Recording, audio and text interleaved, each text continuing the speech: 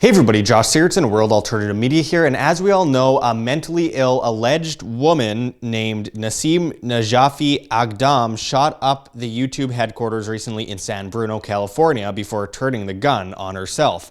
Police were warned several times about her beforehand. Aghdam was frustrated with her strange videos being demonetized. Her videos consisted of her dressed in flamboyant outfits, working out, promoting veganism, and flashing fake strap-on boobs to the camera.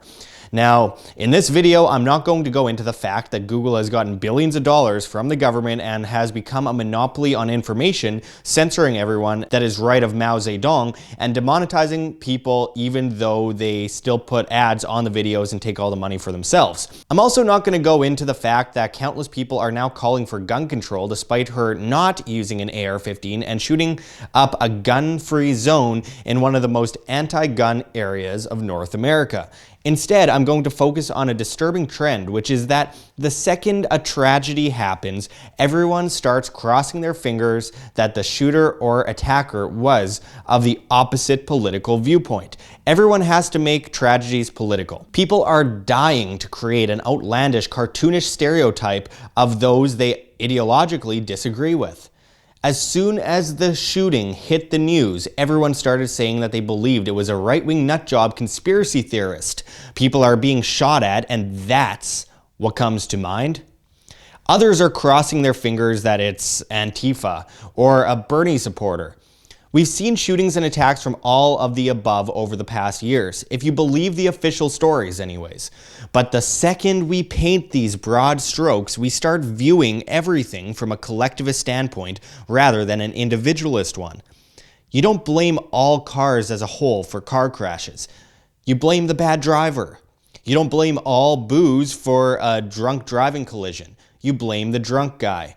You don't blame all guns because some idiot shot an innocent person.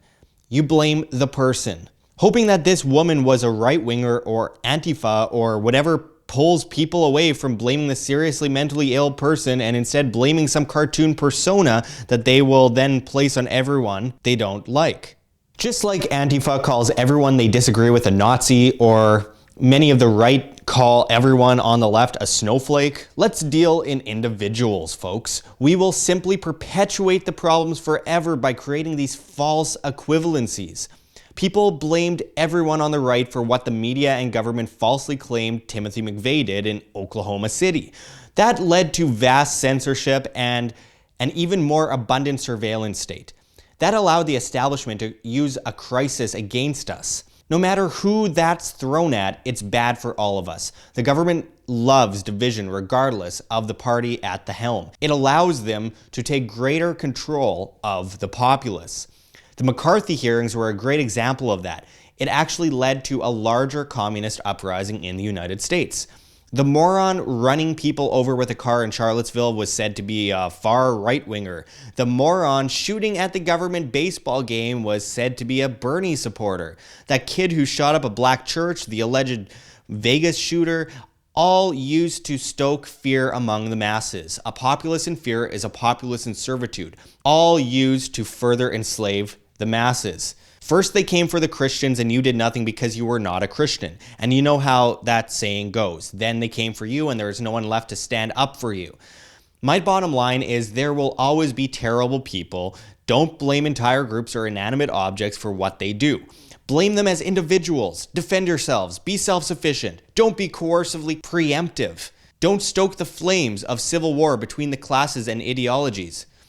Don't fall for these divisive tactics. Thanks for watching, everyone, and until next time, this is Josh Sigurdson signing out from World Alternative Media. Find the truth, be the change. Like what you see here, don't forget to check the links below. GoFundMe, Patreon. We can't do it without you. Any donation is very much appreciated, especially as we are so vastly demonetized and censored by YouTube as the ADL comes in and flags all of our content as hate speech. You can also find our Bitcoin address in the description as well as on the screen for you to scan, if you please.